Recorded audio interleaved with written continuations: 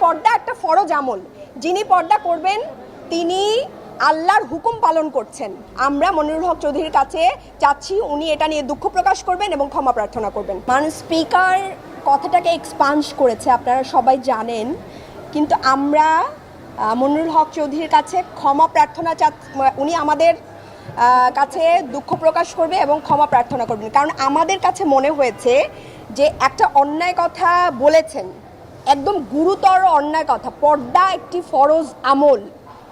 যারা পর্দা করেন তারা অবশ্যই আমাদের কাছে অনেক বেশি সম্মানিত, এবং আমরা এমন একটা বাংলাদেশ চাই যে বাংলাদেশে প্রত্যেকটা নারীর যে পোশাক, সেই পোশাক নিয়ে তাদেরকে জনগণ এবং যারা আছেন সেই পোশাককেই তারা সম্মান করবেন।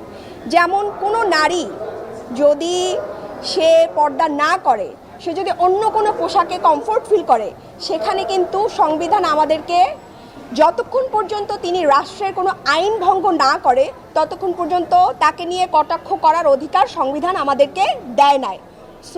কিন্তু আমরা প্রায় দেখি সংসদে ইসলাম নিয়ে একটা মকারি করা হয় এবং তারা মনে করেন যে এটা দিয়ে একটা নির্দিষ্ট দলকে তারা হেয় প্রতিপন্ন করতে চায়, কিন্তু দলকে হেয় করতে গিয়ে তারা যে ইসলামের মৌলিক বিষয়গুলোকে আঘাত করে এটা কিন্তু তারা খেয়াল করেন না।